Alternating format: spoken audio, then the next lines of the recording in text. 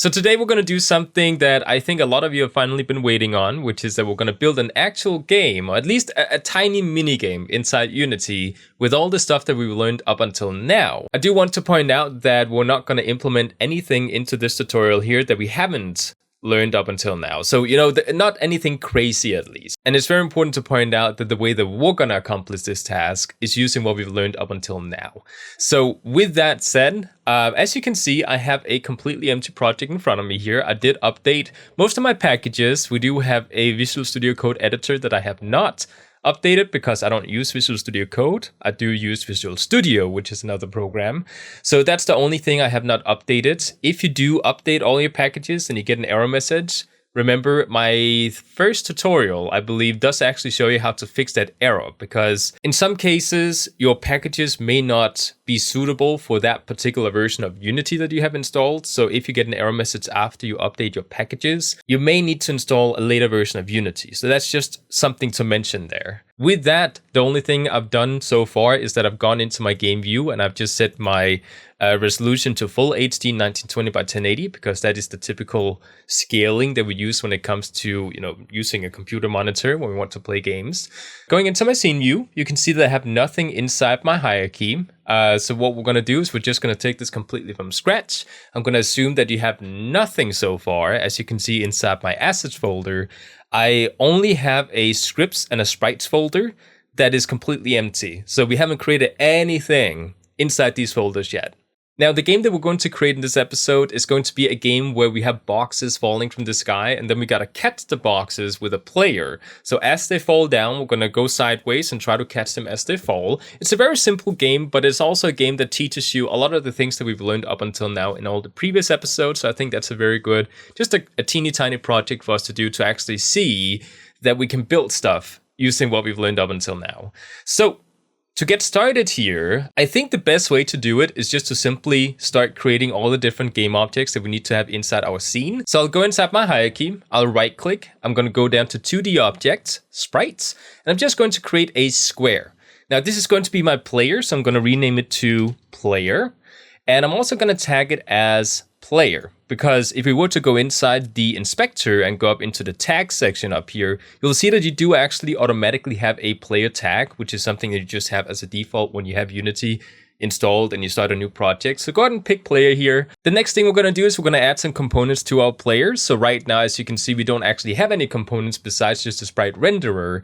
And we do need to have some physics interacting, and our player needs to be able to collide with objects. So we need to change things inside our inspector up here. So inside the transform, the first thing I'm going to do is I'm going to right click on the transform and reset the player. So you can see right now he's not actually centered inside the middle of my game view here. So I'm just going to go in, right click my player, reset, and now you can see that he's reset in the center of the screen here. The next thing we're going to do is we're going to go ahead and add a rigid body 2D component, because we do want this player to have physics. So we're going to say rigid body 2D inside our search function inside our components here. Make sure to pick the 2D one. And then the last thing we're going to do here is we're just simply going to go and add a new component and then add a collider, box collider 2D, because we want this player to hit stuff when it actually hits something else inside the game. Otherwise, the player's just going to fall through and just like face past whatever game object we have inside the game. So with this here, I'm just going to go ahead and change a few settings. I'm going to go inside my sprite renderer and change the color, because I do want to be able to distinguish if this is my player or not. So I'm going to go into color, and I'm just going to select something that looks a little bit blue, something like this. And I'm also going to go inside my rigid body 2D, and I'm just going to go ahead and set my collision detection from discrete to continuous. Otherwise, you might risk up having the player when we hit another object like a wall or something really hard, it might actually face a little bit into the wall or actually completely through the wall. So the player kind of like flies outside the map area.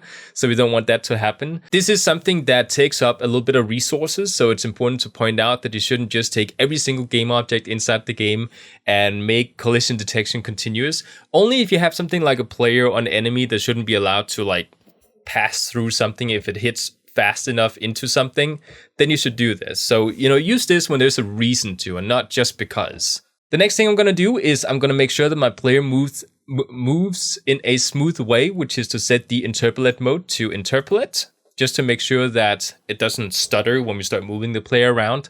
It is also important here to point out that when you actually playtest your game, if you see stuttering, even with this on, it can be caused by the inspector, because when we have a lot of information inside the inspector and we have the inspector open, it causes our playback to sort of stutter from time to time. So a good way to fix this is just to go to like preferences or project settings, just click away from anything, just deselect, and with nothing inside the inspector, now it should be smooth. So if you're playing the game and it still stutters after you have these settings turned on, deselect everything and then play the game back. Inside our player, we're also going to go down and freeze the rotation. I do also want to freeze my Y position because I am not going to be jumping in this game. I'm just going to go left and right, which is the X-axis.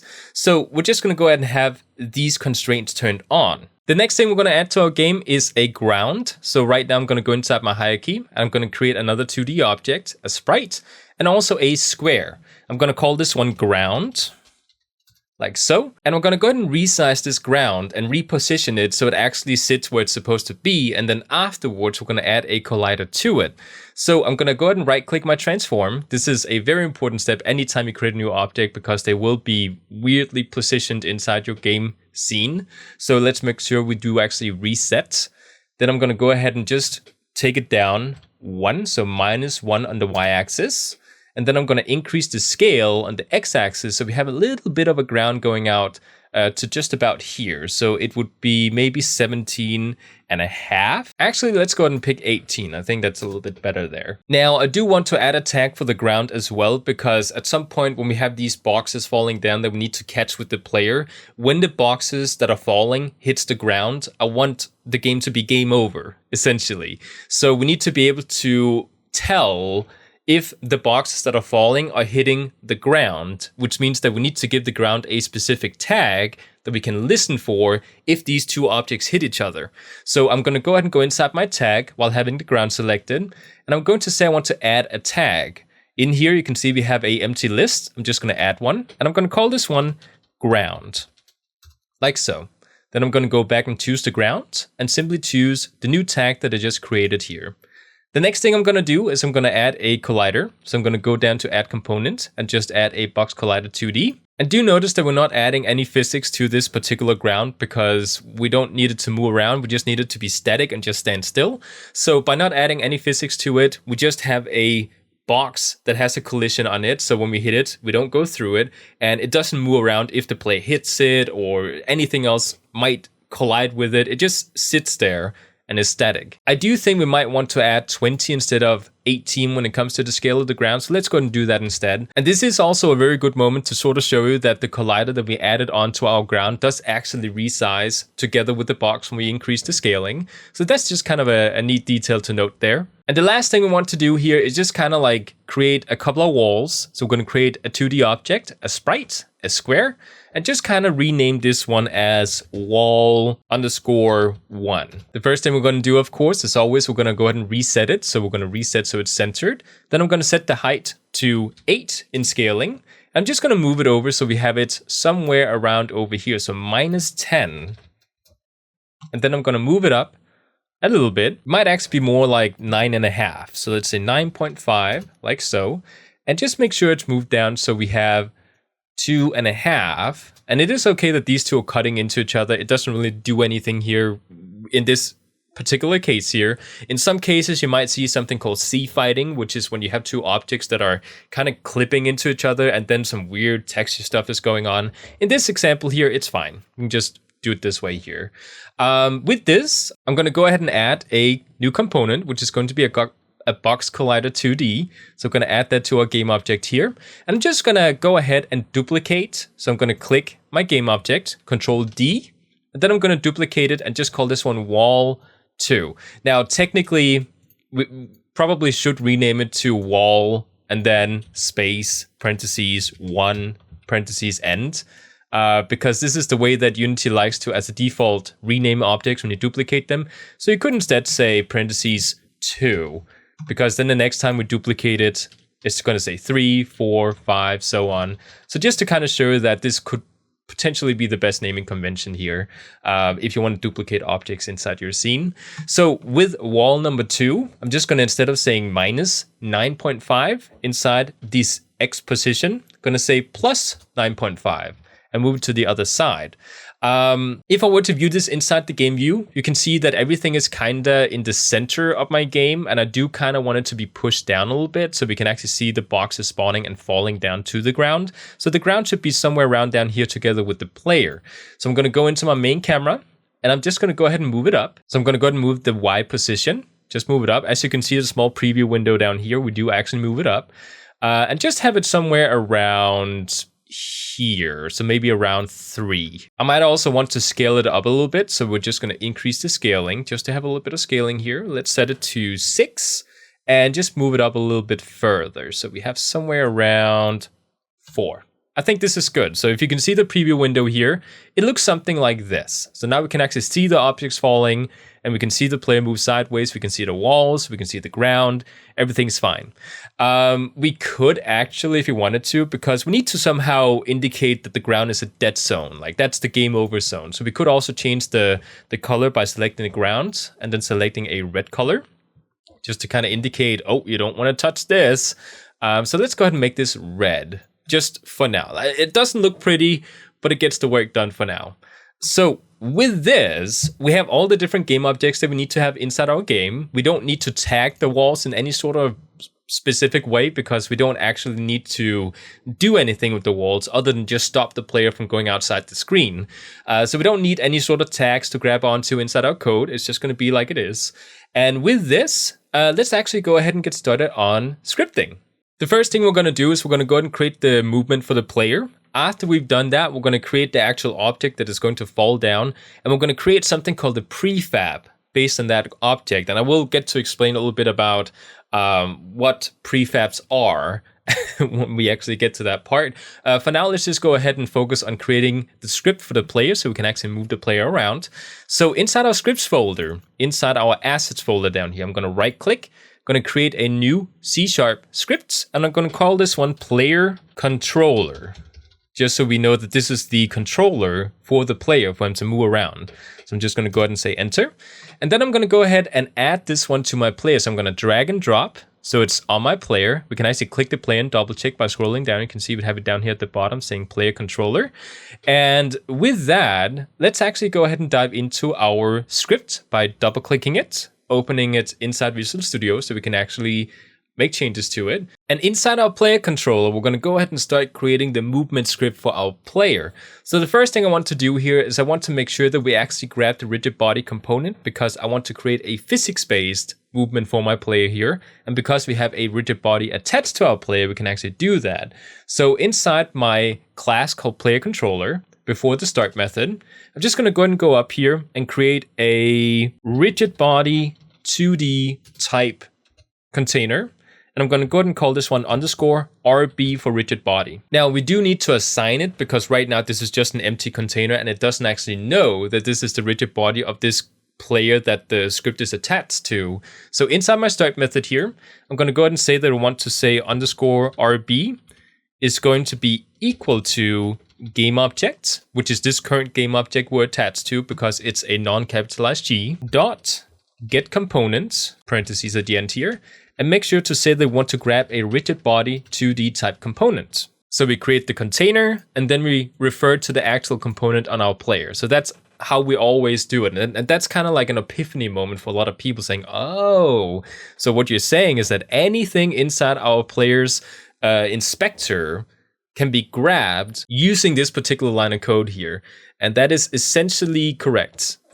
With this knowledge here, you can actually do a lot of things just on your own inside the game, which is kind of cool. Now, I do also want to add a player speed, because right now when the player has to start moving around inside our game, I want to have a certain speed tied to my player so we can control the speed of how fast we should be able to run around. So inside at the top here, I'm going to go ahead and create a private float. And I'm just going to go ahead and call this one underscore player speed.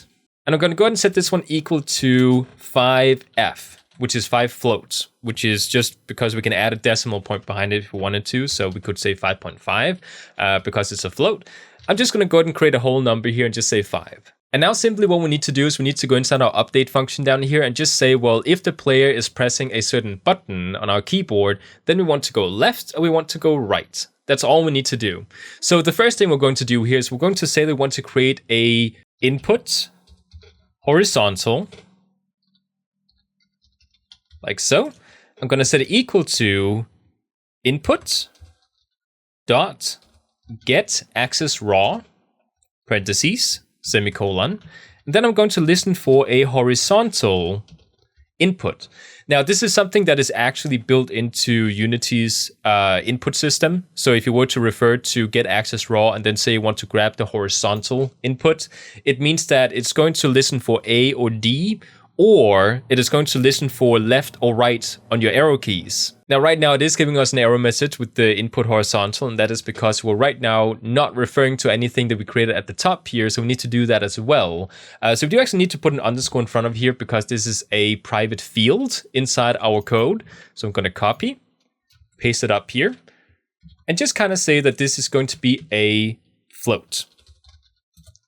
Like so. Now, the reason that we're giving this a float data type is because when we grab any sort of input using get access raw horizontal, -1 means that we're going to the left, 0 means that we're standing still, and 1 means that we're going to the right side. So we're only going to get -1, 0, or 1 as a number when we talk about the input horizontal here. So now all we need to do is we need to say, well, okay, we need to just run an if condition to check if the player is actually pressing one of those keys on the keyboard. And because it's checking every single frame inside our code here, it means that we're constantly checking for those inputs because it's inside the update method inside our class here.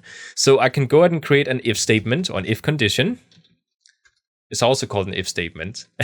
I'm just simply going to check for the input horizontal here, and I only want to check if this one does not equal 0, and then I want to run the code inside this condition here. The reason we're doing this check here is for a very good reason. It's because we don't want to run unnecessary code if there's no need to run it. So if the player is standing still and we're not pressing any buttons, we don't want to tell the player to move 0 in speed if we're standing still, because it just takes up unnecessary code that is being run inside our game, which takes up performance. So we don't want to do that. So what we're basically telling it here is that we only want to move the player inside the code if the player is actually being told to move by clicking the keyboard buttons. So what we're going to do now is we're going to go ahead and grab the rigid body component, which is the physics of our player. And I'm going to add something called a add force to my player here.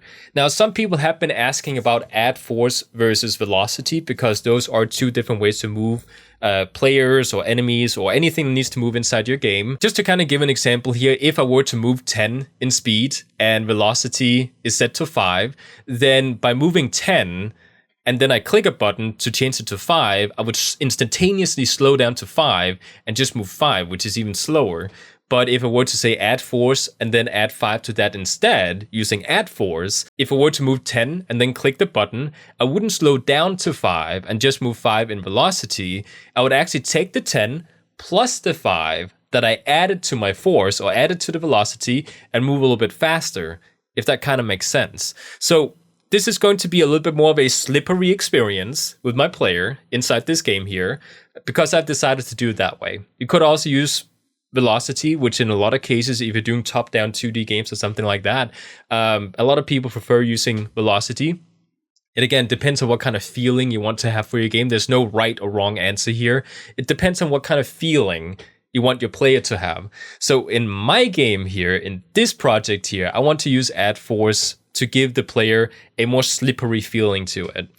So with this, I am going to go ahead and go inside my add force, and I'm going to say I want to create a new vector 2, parentheses, and the first one is going to be the x-axis, which is the one and the first one is going to be the x-axis, which is the one that we do want to move our player on. So what I'm going to do right now is I'm going to go ahead and say that I want to grab my input horizontal, which is going to be 1 or -1, because we don't want to run this code if it's 0. And then I want to take my player speed, which is 5, and I want to multiply that with the 1 or the -1. So let's say if I'm going left, it's going to be -1. Then -1 times 5 is going to be -5, which means that my player speed, instead of being just 1, is going to be 5. And the same thing goes for if we're moving to the right side, it's just 1 times 5, which is 5. So in this sort of way, we can add the player speed by multiplying by the speed that we set up here. So the next thing we're going to do is I'm going to set a y-axis, and I'm just going to set it to 0 because we're not going to move up and down. We're just going to move left and right.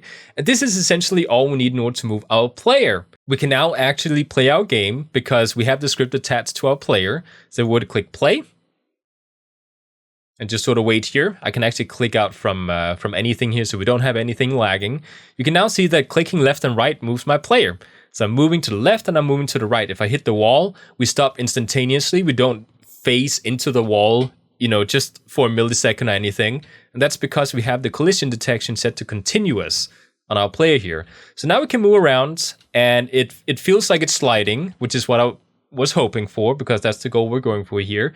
Now, just a side note here, if it does bother you that it slides a little bit too much compared to what you like, you can go into the player and inside the rigid body 2D, you can add a linear drag and set it to something like 1. Which means that we're getting a little bit of air resistance going in a linear direction, not in a rotational, but in a linear moving direction. So if we were to set this one to 1, click play again, you can now see that we're not moving as much. It actually slows down a little bit more than it did before. Let's actually increase that to maybe like something like 5 instead of 1, just to sort of give you the proper idea about, you can actually see now it slows down much faster. But also, you'll notice that our speed is going down. And that's because there's a lot more air resistance. So the speed that is currently now set to 5 might need to be set up a little bit. So I'm going to go back inside my code. And I'm going to set the speed to something like 10 instead. Then I'm going to go back inside my game, just sort of test it out. Click play.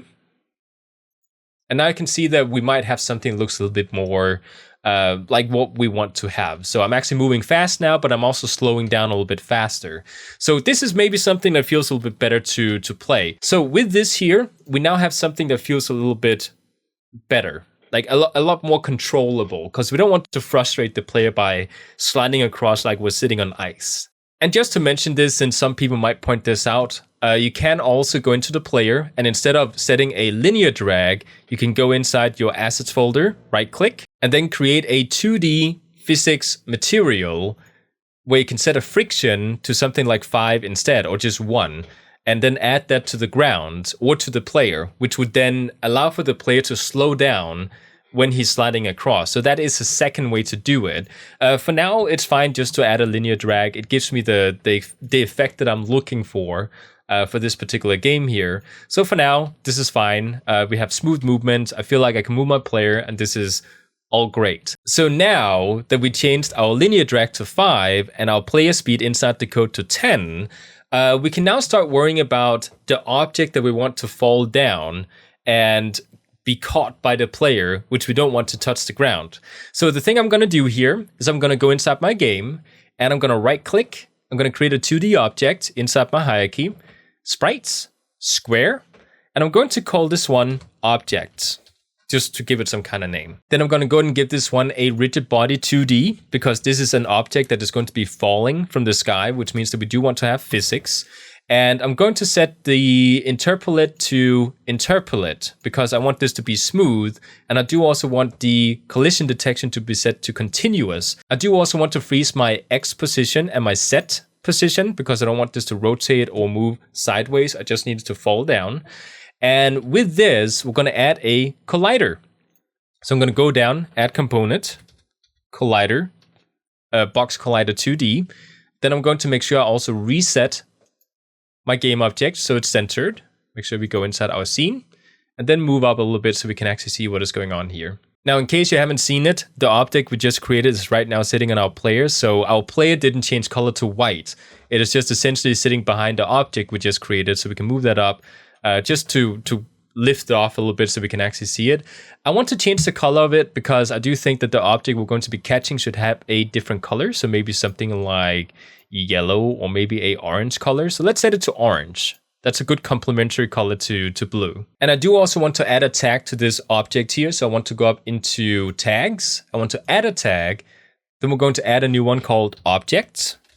You could call this something else that made more sense because object is very vague. But in my case here in this project here, we're just going to call it object. I'm going to click the object again, tag it, change it to object, and here we go. If I were to actually play this game, you'll notice that the object falls down, and then we can actually catch it by standing on it. As you can see, if we move out of the way, it just sort of falls to the ground. So my goal here is that when this object falls down and touches the player, I want it to poof away and just disappear, and then spawn a new object at around the same height that we then need to catch with the player in a different location. So it automatically spawns new objects, somewhere along the horizontal line after we destroy the next object. And if the object touches the ground, then we want game over. That's essentially what the goal is here. So with that said, let's go back inside our scripts folder, and I'm going to right click, create C# script, and call this one object behavior. Then I want to open up my object behavior so we can actually see the code of it, like so. And we don't actually need to have anything predetermined in here like the start or the update method, so we can just delete those. But there is something we need to do here, which is we need to create a prefab. So I want to go back inside Unity, and I want to take this script and I want to drag it onto my object. So I'm just going to drag it up here onto my object. And then I want to go back inside my assets folder, create a new folder, and call it prefab. And then I want to take this object and drag it into that folder, like so, which creates something called a prefab that is sitting inside this folder here. So what I can do is I can actually just go up and I can delete this object because we don't need to have it inside the scene. I want it to spawn in when we play the scene, but notice that even though I deleted this game object inside the hierarchy, it's still sitting inside my prefabs folder. Now, to put it simple, a prefab is a way for us to take a game object that is inside our scene and save it inside our project so we can reuse it again and again and again. So by doing that, we now have this prefab down here, and if I want to make changes to it, I can click on it. And as you can see, we have, the inspector up here, we can see the prefab, but we don't actually have it open right now. So it actually says up here, open prefab for full editing support, which is something that we do actually want to do. So you can either double click it, or if I were to go back here, you can go back by going up here in the left corner where it says scenes. And then when you click the prefab, it says open prefab up here. So you can just click it and then it opens up here. So this is a way for us to actually go inside the prefab and edit it to make changes to the prefab itself.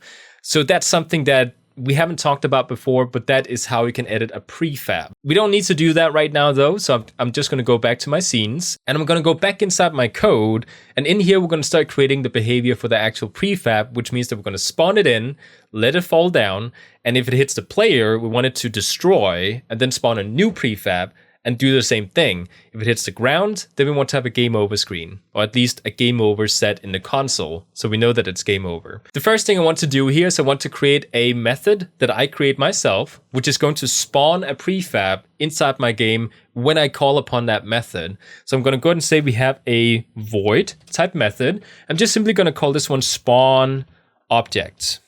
Inside of here, we're going to be using a built-in method called instantiate, which is a way for us to create game objects inside the game. So I'm going to say instantiate, parentheses, semicolon. And in here, we need to add 3 different parameters. First, we need to tell what game object do we want to instantiate, or which prefab do we want to instantiate. The second thing is where inside the scene do we want it to be placed.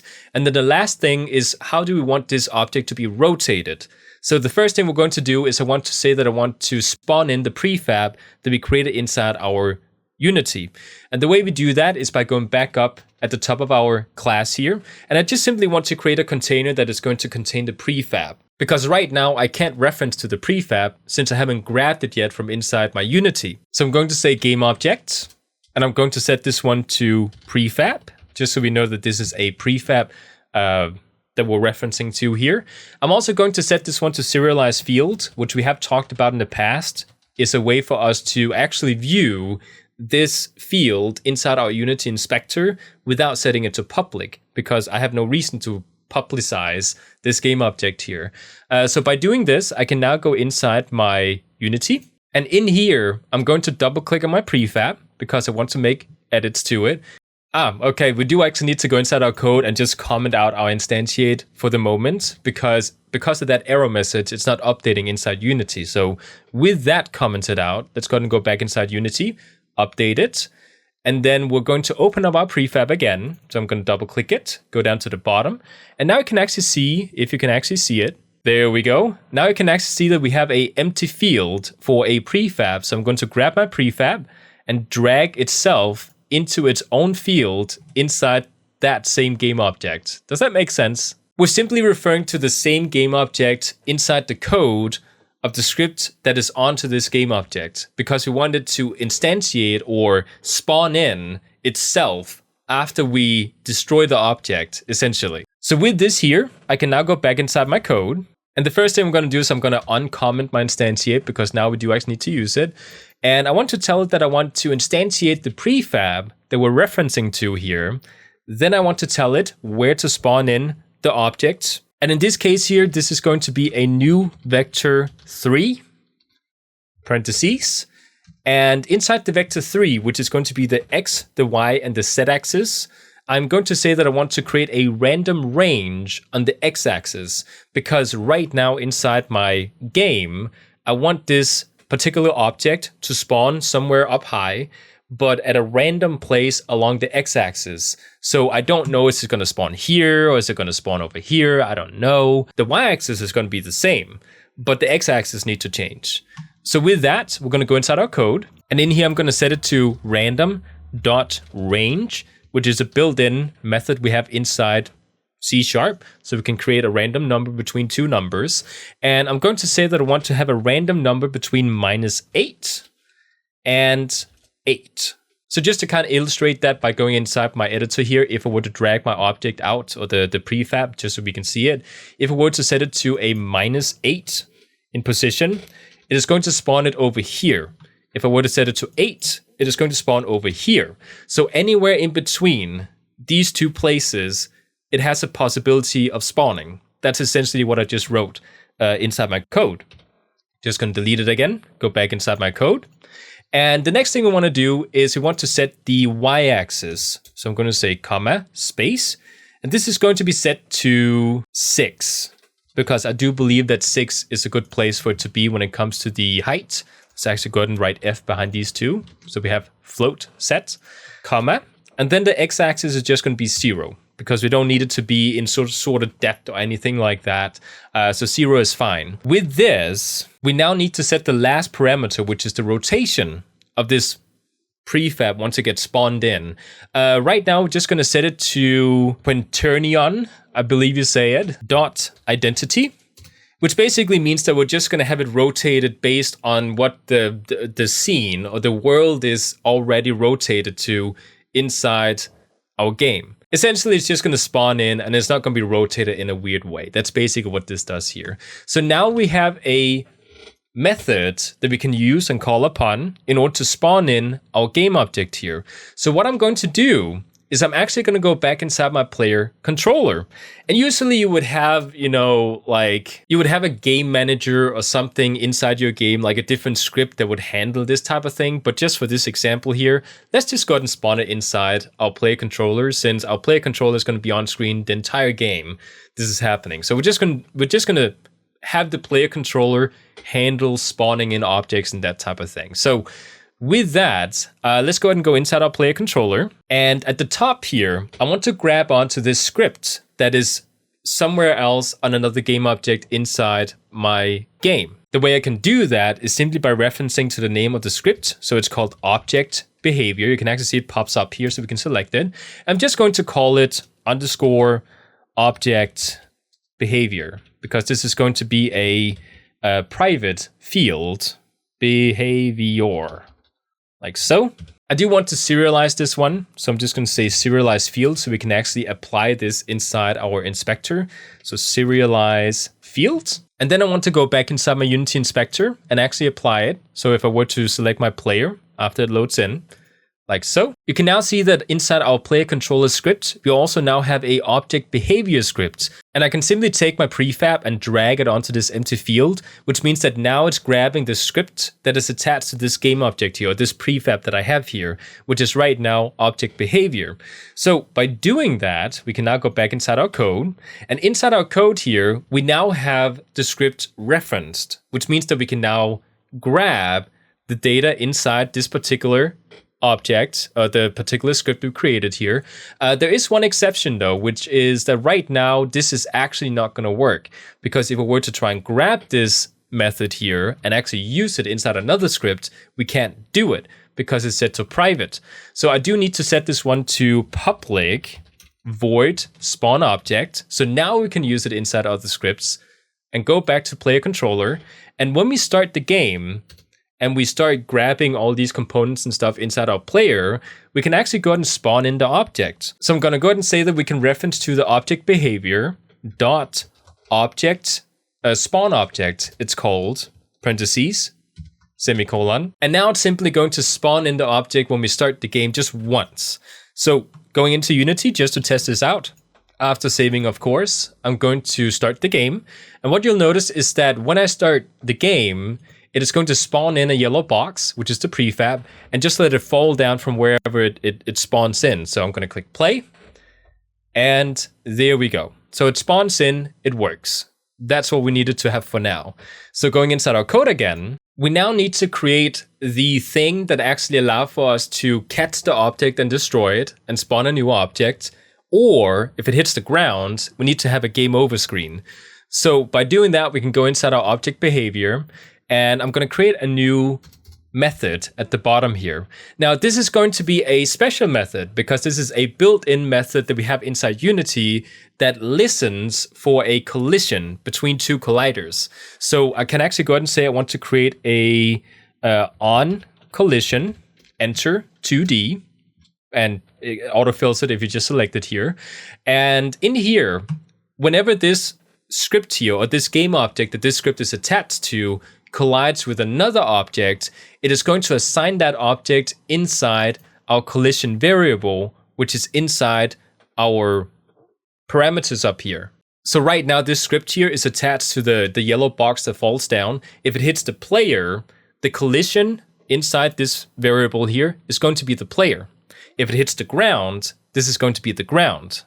Does that make sense? It's important for you to realize here that this is a automatic thing that happens with this particular method inside Unity because it's a built-in method inside Unity. So it just automatically listens for a collision when two game objects hit each other. And it allows for us to grab that object that we collide with by referencing to this variable here and then doing something with it. So what I'll do to start with is I'll go to the very top here and I'll actually go ahead and create a new Boolean. So I'll say bool, and I'm going to set this one to underscore game over, and I'm going to set it to false because right now we don't have a game over. Once this is true, then the game is over and we end the game. So with this field set up at the top here, I'm going to go back inside my on collision, enter 2D, and the first thing I'm going to do is I'm going to run a if statement.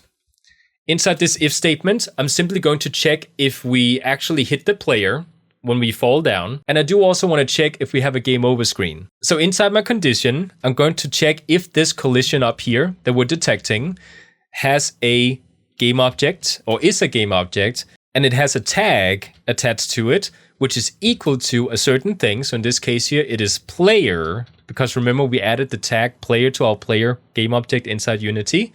And I do also want to check by two ampersands if we have a game over. So if game over is equal to false, which we can just do by saying exclamation mark game over, then I want to run whatever code is in here if this condition is true. So if this yellow box falls down and hits a game object, which is the player, and we don't have a game over yet, then I want to go ahead and destroy this box and spawn a new one inside the game.